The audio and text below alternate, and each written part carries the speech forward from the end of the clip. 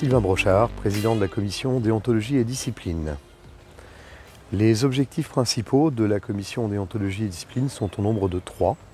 Tout d'abord, gérer les litiges entre clients et confrères ou entre confrères. Ensuite, traiter et instruire les dossiers de présumés manquements aux dispositions de notre code de déontologie afin d'envisager l'éventuelle traduction des intéressés en chambre de discipline et pour cela présenter leur dossier en session de conseil de l'ordre afin que le conseil de l'ordre puisse statuer en ce sens ou non.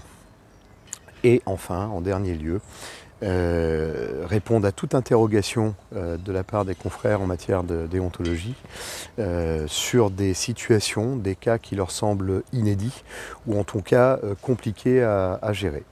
Parmi les missions que nous pouvons avoir en tant que membres de la commission déontologie, c'est l'accompagnement des consoeurs et des confrères dans la résolution de litiges, soit entre eux, soit avec des clients. En tant que conciliateur, nous accompagnons les parties qui ont un litige pour qu'ensemble, ils prennent la solution qui leur convienne pour la résolution de ce litige. Lorsque nous intervenons en tant qu'arbitre, nous écoutons les parties et traitons l'ensemble des pièces du dossier, puis nous prenons une sentence arbitrale qui s'impose aux parties. Parmi les faits marquants de l'année, on peut noter, comme tous les ans, le transfert de clientèle suite à départ d'un collaborateur.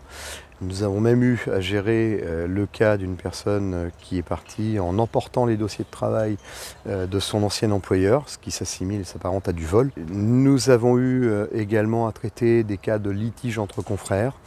Litige entre confrères dans le cadre d'une association d'experts comptables pour lesquels une mésentente est intervenue entre les associés.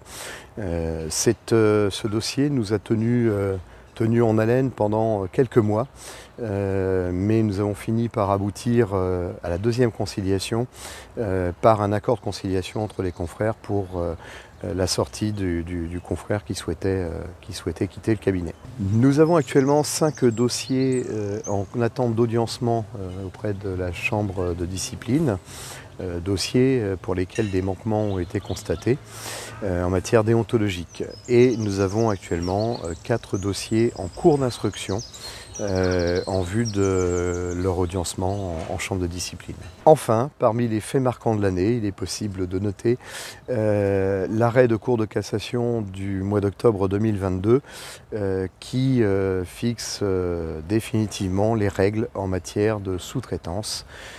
Ces règles qui sont du ressort, bien entendu aussi, de la commission exercice illégal. En toutes circonstances, il convient de ne pas perdre de vue que la déontologie a pour objectif de préserver l'intérêt des clients. Il convient également de garder à l'esprit qu'un litige qui s'envenime dessert l'image de la profession.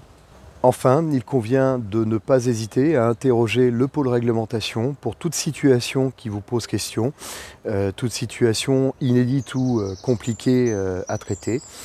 Nous sommes là pour vous apporter les bonnes réponses et en tout cas l'attitude à tenir. En synthèse, faisons vivre la déontologie dans notre exercice professionnel.